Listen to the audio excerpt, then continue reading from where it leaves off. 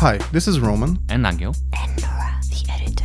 And you're listening to Cinema Strolls. The film podcast about forming an opinion and regretting it later. Or not. Or not.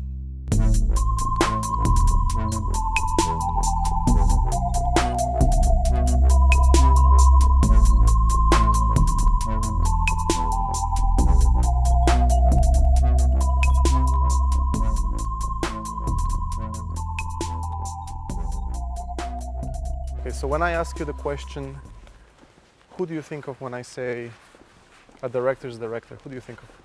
Steven Soderbergh. Exactly. So we just watched Black Bag, the latest from the great Mr. Steven Soderbergh, who we both love. It's hard to talk about the film without going into spoilers, because it's very much a twisty and turny kind of film. Would you agree? Absolutely. It's a spy film. That's not too much of a spoiler. It plays on certain expectations and tropes, and even there's a nice little bit of meta casting in the film, because you got one of the greatest Bonds ever playing an M type of character. Which is perfect casting. Yeah, Pierce Brosnan, except M if he was an asshole, and I mean basically what a real M would be. You got Michael Fassbender, who pretty much I think a lot of people agree that he could have been an amazing Bond. And it's a film about the relationships between agents, almost like in their private relationships, in their off hours, like how they have, as with any corporation or any business, you end up having workplace romances.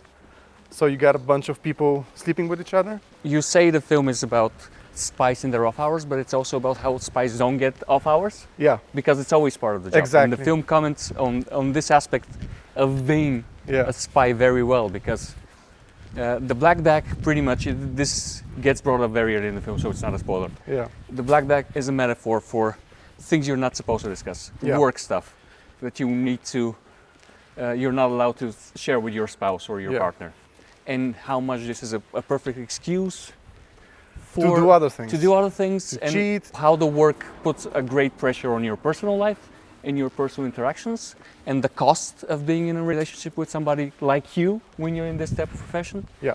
The stakes of being romantically involved with somebody, and it's a great tight 90-minute spy thriller. Yeah. But I think it dwells and explores these themes very well. Yeah. Without it being like preachy, without it being too much and distracting from the overall it's still twisty-turny. And this metaphorical black bag actually ends up playing into the plot, because the character weaponizes the black bag, uses it to turn characters against each other.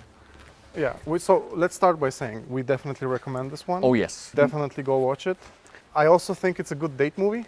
Perfect date movie. Because, I mean, I guess this is a slight spoiler, but if you're in a good place in your relationship, like this is a good movie to watch, because you're gonna identify with the characters. It's not like a Gone Girl. Like if you watch a Gone Girl with your girlfriend, it might stir some stuff up and you might have a bad conversation afterwards. Well, this is a good bonding film. This is a good bonding film, because there is a good example on screen about characters who kind of look out for each other. I guess that's a big spoiler, because the trailer is maybe a bit misleading and kind of suggests that the film kind of goes in a different direction. But yeah, I don't know. But you don't care about that. I don't care about that. But yeah. So, basically it's a movie about, I guess, the romantic relationships between people who work in a sort of, let's say, not even like a specific real agency. I don't think it was a real spy agency. It was a fictitious one. It's a stand-in for all of them, pretty much. Yeah. It's basically, what if, I mean, let's say Ethan Hunt from the Mission Impossible movies got a serious girlfriend. How would that even work in a world where they have the permission to lie and they kind of have to lie to each other? It's part of their job. It's a super fun movie, but I'm not sure where to start on this one, to be honest, because it's for sure one of the good ones, and we all came out of the theater with a smile on our faces. But it's, I don't know, it's just, I don't want to talk about the plot. So do you have an angle maybe that you would want to approach it through? I'll have to think about it. First of all, I think it's pretty clear that we both really like Soderbergh. Yeah. But even when you like Soderbergh, not every Soderbergh is like prime Soderbergh. Yeah. So this is my favorite movie of his in a while. You And think so? I haven't seen Presence, Okay. but Well, I guess that's coming next. I mean, we'll probably Yeah. watch it soon. I really, really enjoy myself. Okay. Kimi was fun. Kimi was very well made. It wasn't as good as this one. No. It's the same guy who wrote it, David Koepp. Oh, It's that's the cool. same screenwriter. And he's good at writing like popey stuff. Mm-hmm. Kimi was good, but this is for sure better. It's kind of similar in tone, but maybe a little more light. Something like Haywire. It is better than Haywire. It's definitely better than Haywire. It's a different beast. I mean, it's going for different things. But yeah, it's basically about the there's a MacGuffin, much like in all the James Bond movies.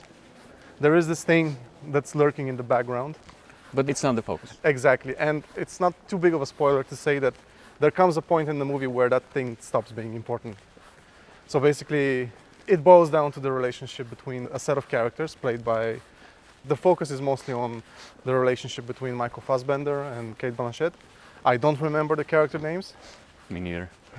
but Honestly, it's Michael Fassbender and Blanchett. exactly, you don't need to. And they're great, and you love them. Exactly. So yeah, I don't even want to talk about the plot. Okay, so let's Let's talk about Steven Soderbergh. Steven Soderbergh. Yeah. When did you first became aware of Steven Soderbergh? When was the first time when you Well, when obviously, you started following him more closely? I think it was probably when I learned that he was also his own DOP. I think that's something that kind of made me remember him. I had already seen Oceans, of course, but I think I probably watched Traffic, keeping in mind the fact that he also shot it, and it was actually, I think, his first or second film as a DOP as well. And although I'm impressed by how Traffic looks, it's actually not part of his good phase, I think. I think Soderbergh gets kind of good, oddly enough, after he decided that he doesn't want to do important films anymore.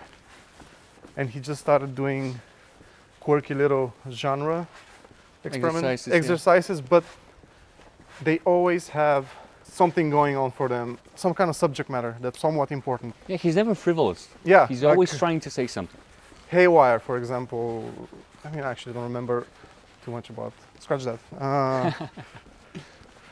He can be on the nose. He can be a bit too obvious with stuff like The Laundromat.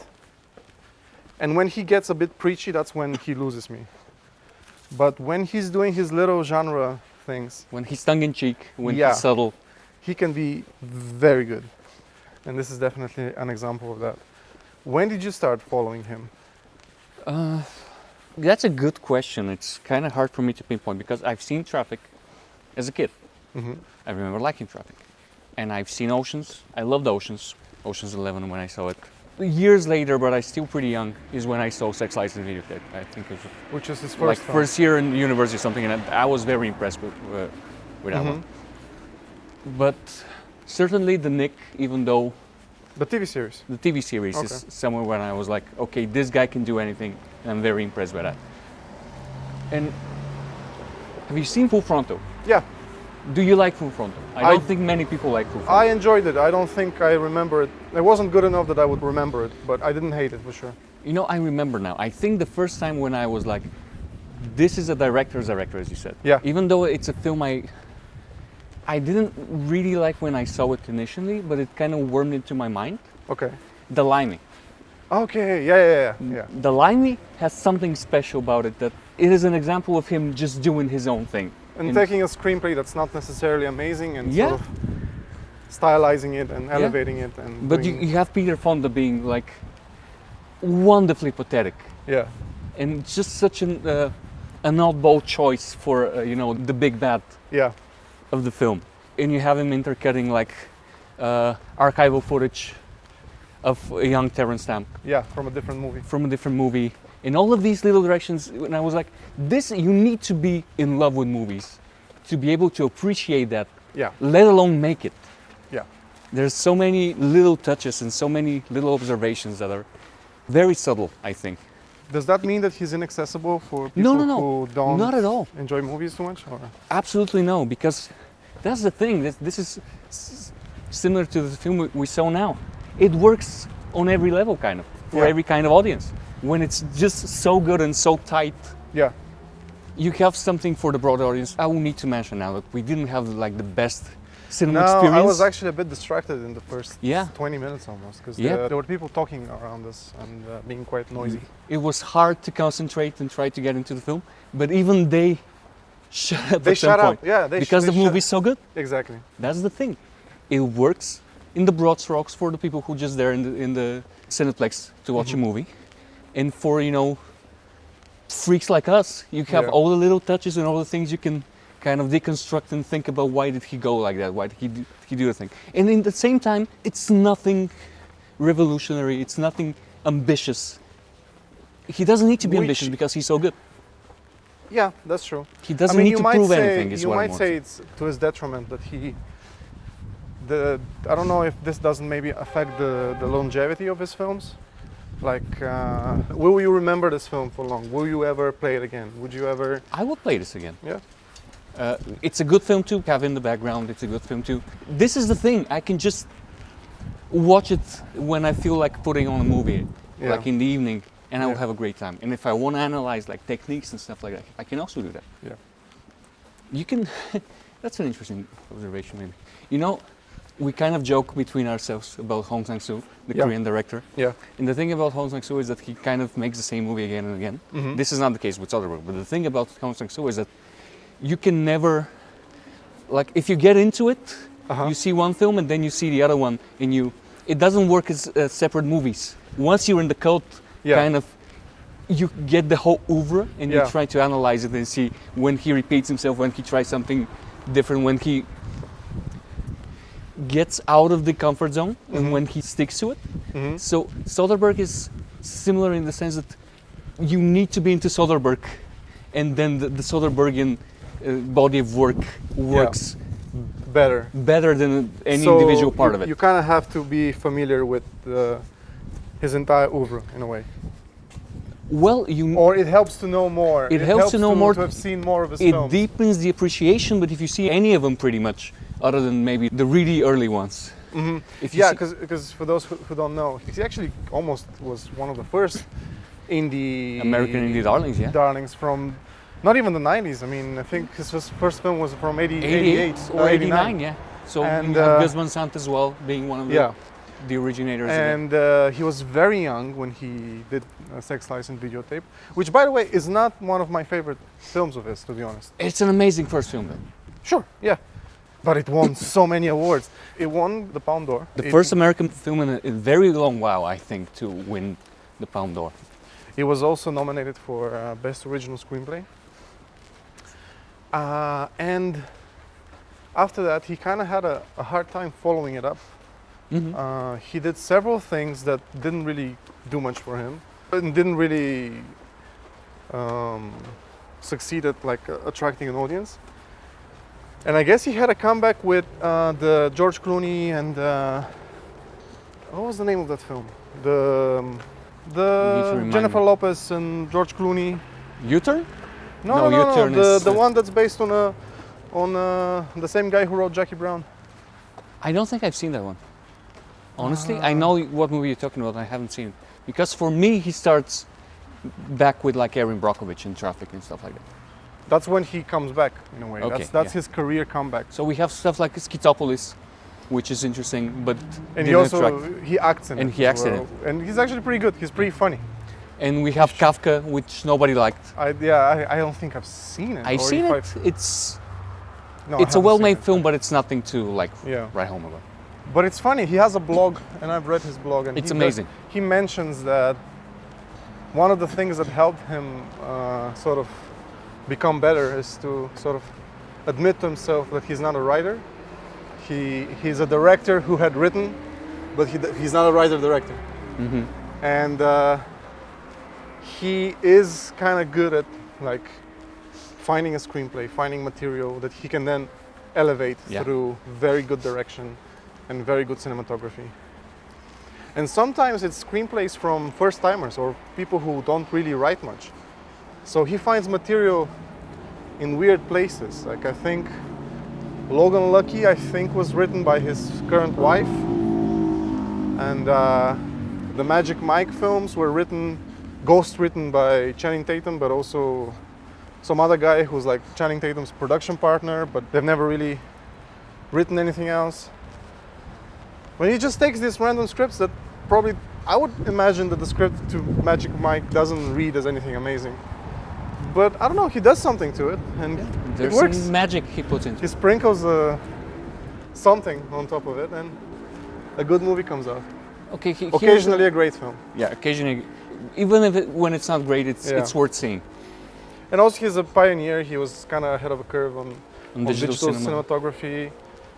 He was, I think, the Che movies were like the first. Shot on the red cameras. Yeah. And he used red for years after. Yeah. Way Isn't before. he still using red? I I'm think not so. sure. This movie looked like it was shot on red. For sure, yeah.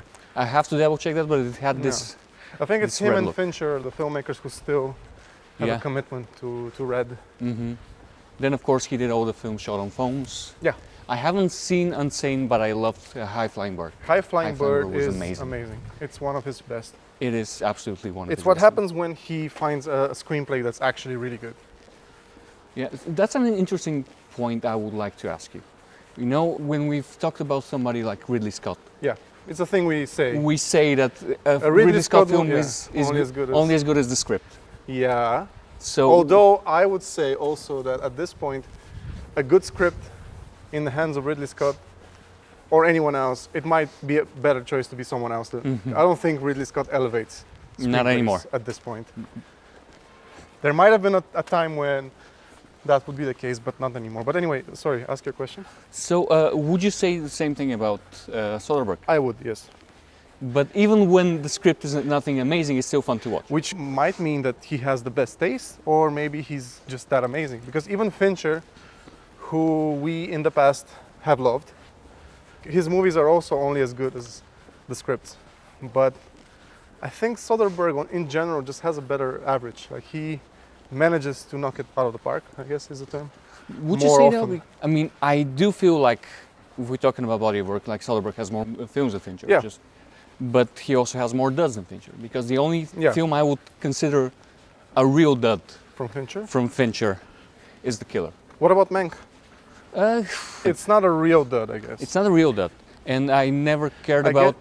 see, I guess that's the thing with Soderbergh. He has so many movies that by the time I felt disappointed, he has something else coming out Yeah. that's better, so I forget about the disappointments. So he's just really fast at making movies. Yeah. And of course, the fact that he edits and his own DOP is another level of just. He's just one Prowess. of those incredibly talented people. Yeah. And kind of And unassuming humble, and not. very yeah. unassuming. And he also has this weird side hustle of selling alcohol, this obscure Bolivian beverage that I think he brought it into America. And I've seen interviews of him selling I think it's called Singani. And he seems more excited talking about the booze than his films. Like he is not one of those people who annoy you with how like excited they are about their film. He's very sort of humble. Yeah. I like him. What would you say? Okay, obviously this one you like a lot, but what would you say is his best film and his worst film? And I don't know, just how would you rank the two extremes of Soderbergh? Oh, that's so hard when you have so many movies in there. So it's such a varied filmography, you know. He's done almost every genre. I don't think he's done like a straight up horror film. But The Presence is a supernatural film. I haven't seen it yet, but you know, he's dabbled into that. He's done thrillers, he's done comedies, he's done action films. He's done like what even is a disaster film, I guess you could Contagion? call Contagion. Oh a disaster man, I film. forgot about Contagion. Contagion is that amazing. movie came back during Like, COVID. real time, big Yeah, time. that movie had a second life under the worst circumstances. Yeah, Yeah. but it is, in some ways, it's one of my favorite films of his, Contagion, to be Okay. honest. Like way before the whole pandemic thing brought it back to life and everybody kind of re-examined so how precious it is. Yeah. It's just so well constructed. It just flows so well. It's so easy to watch in so many details. It's such a dense script, but so elegantly presented. I do really like Sex, Lies and Videotape. It is a film that is very inspiring to me because it's so simple. Mhm. It really makes you feel like I can do something like that. I mean, Yeah. I probably couldn't ever, but it makes you feel like Have it. some faith in yourself. It's kind of like when Kevin Smith saw Slackers, and he was like, I can make a movie. If this is Slacker. a Slacker, I'm sorry. Slacker, yeah, Slacker. So when he saw Linklater's film, he was like, if this is a movie, I can make a movie. Yeah. So, you know, young me seeing Sex, Lies and Videotape was like, if this is a movie, I can make one of them. I can win a Palme d'Or. Yeah, maybe not win a Palme d'Or, but make a movie in like a similar fashion. Yeah, I see. So that was very inspiring to me. Okay. Honestly, the last time I saw Ocean's 11, I hated it. Really hated it. Yeah, That's it harsh. it was just so hokey and phony, and it didn't relate to it at all. Okay. But I'm sure if I see it like now, I would have more fun with it.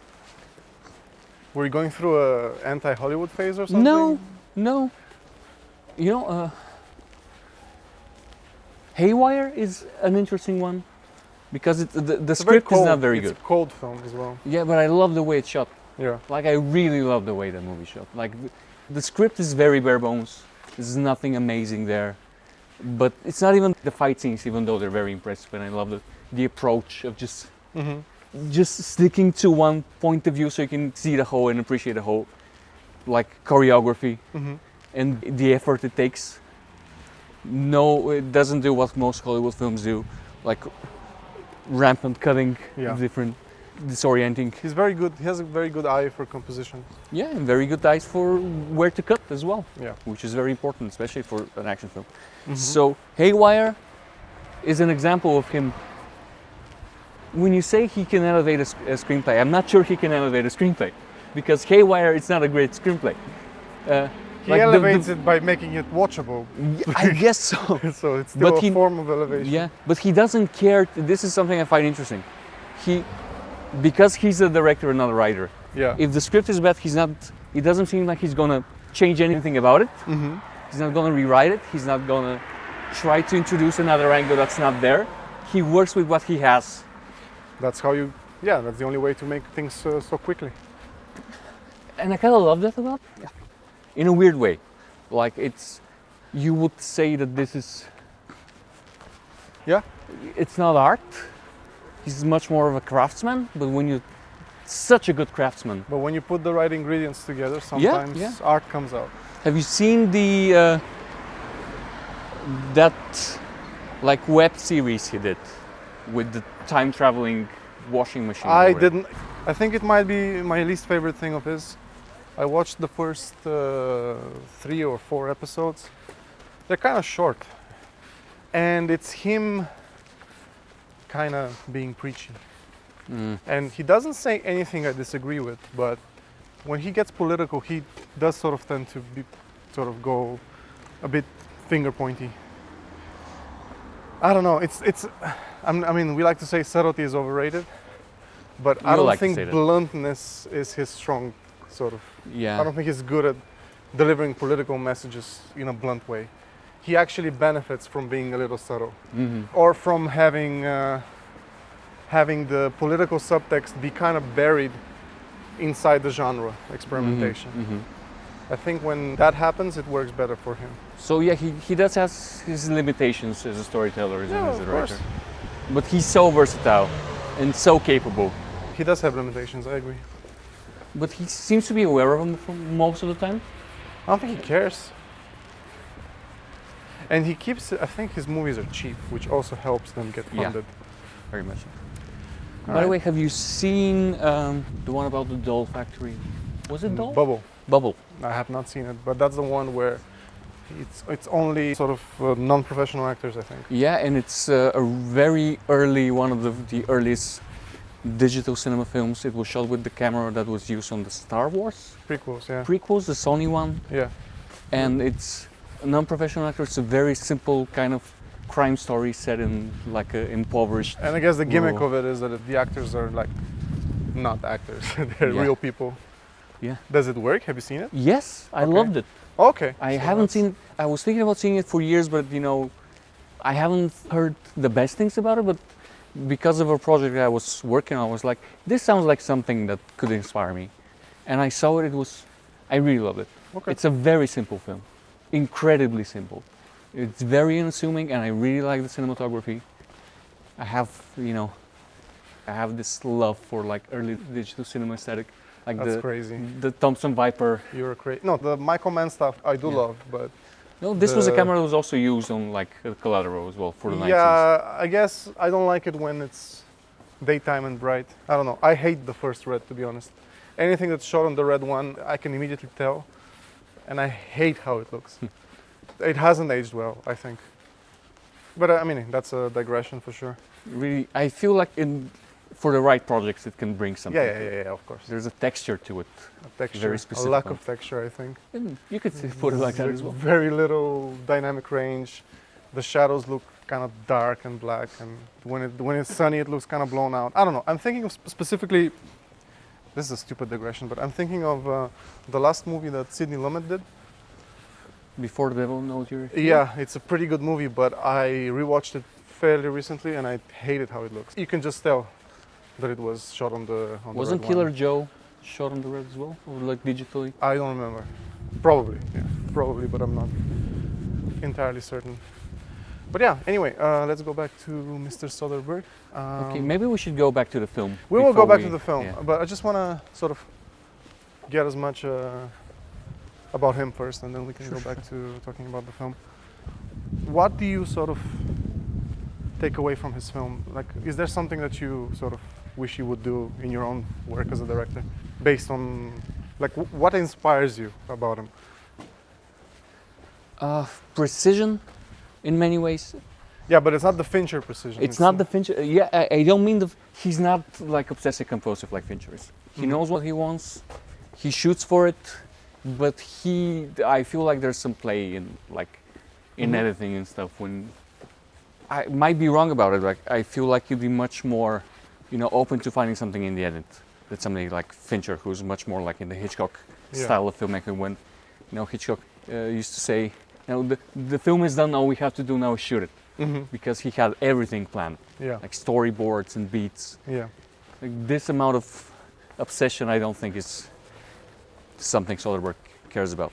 Also, it's not really affordable, so Yeah, that's true. Soderbergh is a good example for independent filmmakers. 'Cause Absolutely, you because can follow his example. He has an economic way of shooting films, I think. he absolutely does. So it's kind of hard to pinpoint because it's little things. It's the subtleties of his style. Nothing is flashy, but everything works.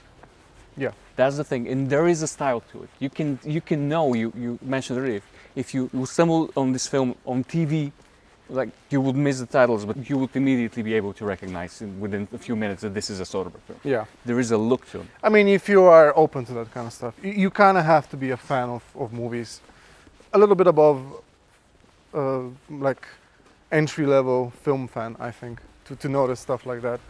I do wonder if Soderbergh. We kind of live in an environment now where every big blockbuster has super high stakes. That's never the case with a filmmaker like Soderbergh, and I do wonder if his style of filmmaking wouldn't necessarily be maybe off-putting to a modern audience, or maybe they wouldn't grab them. He's not attention grabbing, right? He's not trying to seek. He's not flashy as a filmmaker. No, or maybe when he wasn't, like you could say in some ways, Traffic is stylized in a way that he kind of created the Mexican filter. Oh yeah, he's guilty for that. The piss yellow Mexican filter Yeah. from all the movies. That was his invention. He has some blood on his hands. Nobody's perfect. I guess I'm wondering if his movies have a higher barrier of entry for fans because they're not like typical Hollywood I films. feel like now that Hollywood is in kind of a crisis, identity crisis, financial crisis, all types. Something like Soderbergh might be actually. I do feel like this type of 90s films, because Man, I hope so. Because Black Bag is like 90 minutes. Yeah. Who makes 90 minutes movies anyway? It's perfect. Yeah. It's the perfect length. I agree. It's the rhythm and the tempo is perfect. Nothing is extraneous.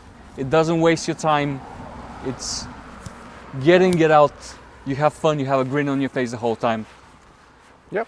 And I do feel like more and more audiences are kind of getting exhausted by 3+ hour films, And this is, even if you don't see it at cinema, if you watch it on Netflix or something, it's perfect Yeah. for an evening. Yeah. Just like a movie, like they used to do back in the days. You know, when they say nobody does it like that anymore. Here's one example. Here's one example, and I feel Yeah. like more and more people will gravitate toward that Yeah. because of the exhaustion of whatever is happening with the big studios right now. I don't think there's a high barrier of entry. There's a lot of Soderbergh films that are very approachable, and you watch it and you see a movie. It might not immediately grab you because it's not flashy, it's not Ari Aster, it's not Robert Eggers. He has a style, but his style is very subtle. It's something that you appreciate and come to recognize with seeing more of his films. It's not something like a Wes Anderson film when you will immediately go, okay, so this is his style, and all of his films are going to be in this style. Yeah. We think we mentioned something before we started recording about how everything's kind of Instagrammable now. You make a movie. Yeah. You can talk You about kind that of make too. movies for the meme. You make movies for the Instagram conversation, not just for the. Basically, I think filmmakers are considering the meme factor of films, and also they make things look pretty for the sake of being pretty, Yeah. because And- that's kind of what sells. Yeah, and like A24 is a prime example of that. Yeah, exactly. You make a movie for the conversation, Yeah, for the discourse. yeah, and you And kind this- of plan ahead. Yeah, and this is can be very limiting. Mm-hmm. So in a weird way, even though he makes, simple, non-assuming films, Mm-hmm. it seems to be getting harder and harder to make simple, non-assuming films.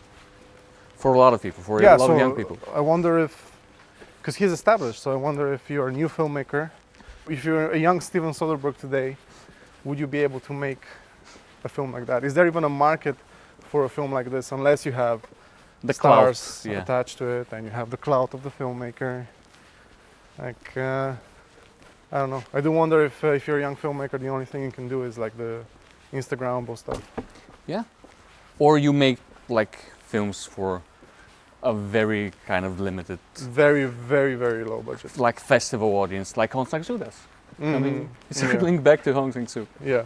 Somebody with a very identifiable style who works very quickly, very cheap, Mm-hmm. and he works more. You appreciate him as a director when you consider all of his films at once, rather than any like single one in particular. Yeah. So that's a weird, maybe a strange comparison to make between two very, very different filmmakers, because Soderbergh, he loves genre. Yeah. Like almost all of his films later on, after he decided he doesn't care to write his films anymore, are like just little genre experiments that don't have any ambition, mostly above being just a very entertaining film. As you mentioned, he sneaks in large topics, but he usually doesn't dwell on them. No, they're just there. Part of the thing, They're just but they're there, not yeah. the focus of Sometimes more so than in other cases. Yeah. High Flying Bird is very socially conscious. No Sudden Move as well, I think. You didn't like it very much, I think. the thing. It's a fun film, but it didn't stick with me as Okay. much as I think this one will stick more Okay, really? for me. I Then- really liked No Sudden Move. It was a very well made film, Yeah.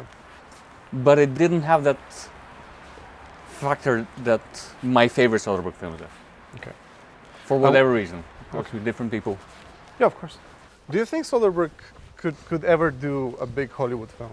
I don't think he cares for it anymore. He has done it. He's won the Oscars. Because he's been sort of suggested for directing an actual James Bond film, but I don't think he could work in that sort of environment at all. I'm sure he would do a good film, But he like would well-made he film. wouldn't But be allowed to, probably. Or yeah, he- that's the thing. yeah, Wouldn't he though? Because that's the thing. He's like his cinema language yeah, is like very classical. very classical. Yeah, So this works for something like Bond. You could say this is a good audition for a Bond film in many ways because he's playing with the spy tropes. So nothing in his presentation is flashy or something. One thing he's very good at, I think, is interesting casting decisions and playing actors against type and getting performances you wouldn't expect out of them. So when I was talking about the Limey and yeah, casting Peter Fonda yeah, in having just the most kind of pathetic big bad I can think of, this is a very unexpected kind of off-kilter thing. Yeah. So he does things like that. Some people say like half of directing is just the casting. He's the good. right casting, and he's very good at that. I want to shout out Tom Burke, the actor who played Orson Welles in Mank. Yeah, he's very good here. He is amazing here. I love him in everything I see him, and I hope he does more things because he's very good. Yes, he is very good.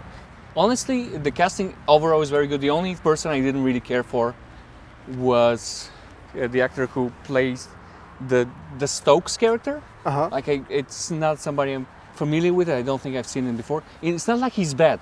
He's perfectly serviceable. But everyone else is. But too everyone good. else was like a level above him. Including Pierce Brosnan, who I feel as though he never had the career I kind of wished he would have.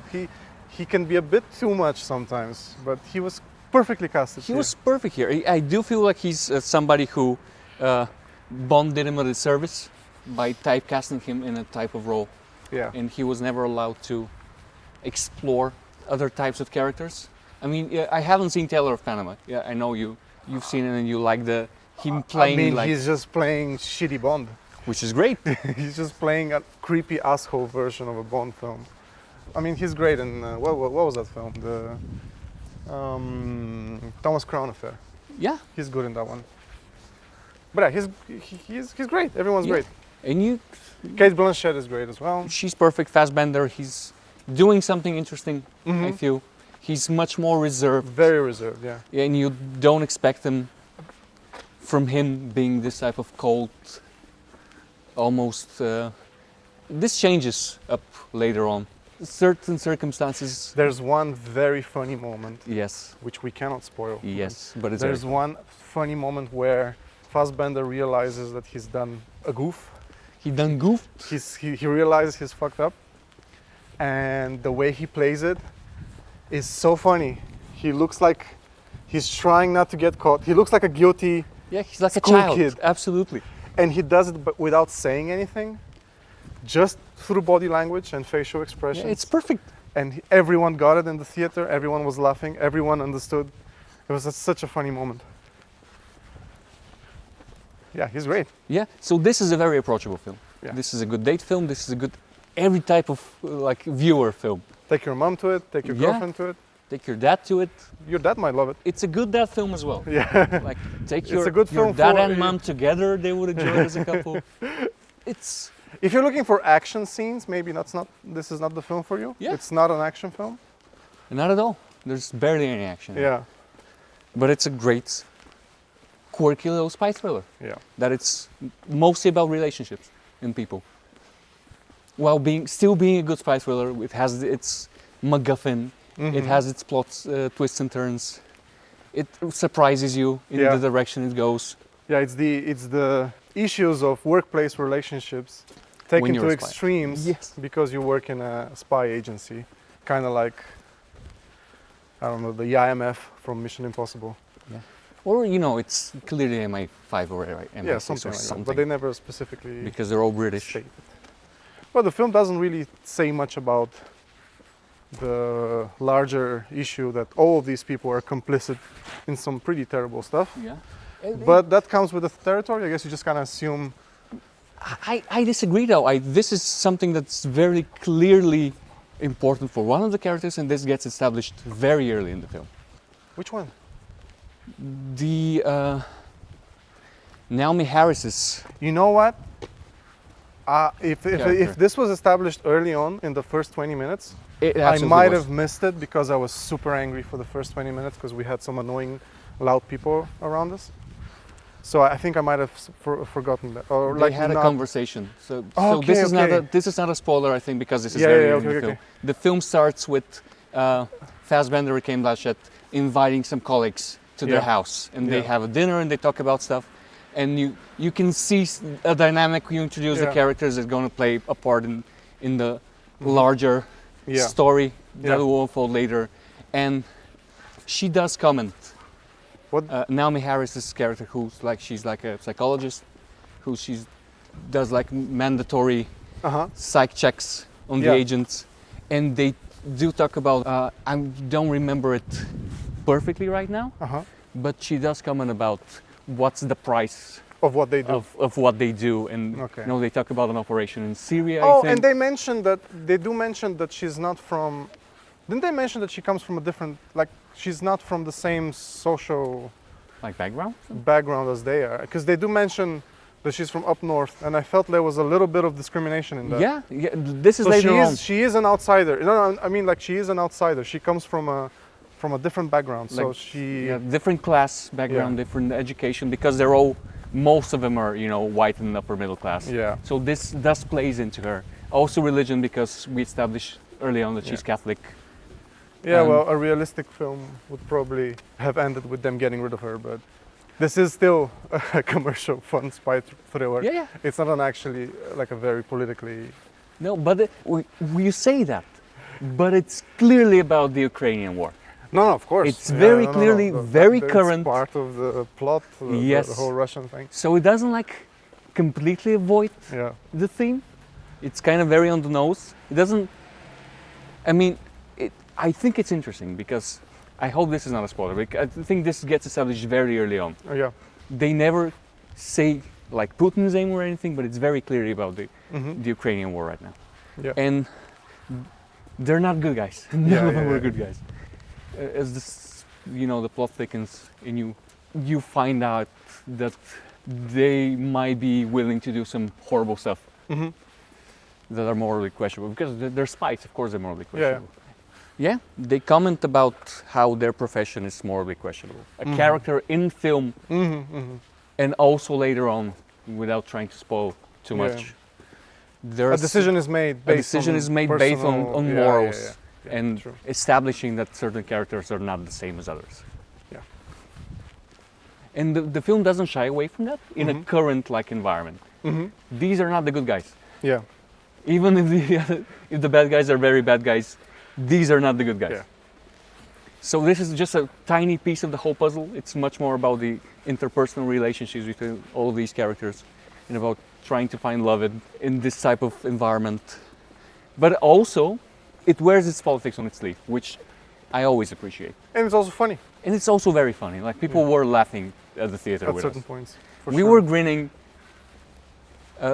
being, you know, in the know, being fans already, but everybody was, when the film was going for laughs, everybody was laughing in the cinema. Yeah. So yeah, good movie. It's one of my favorite Soderbergh films in a long while. I mean, I enjoyed Kimi, I enjoyed Logan Lucky, I enjoyed most of his films, but this one just put a big grin on my face. I didn't know where it was going.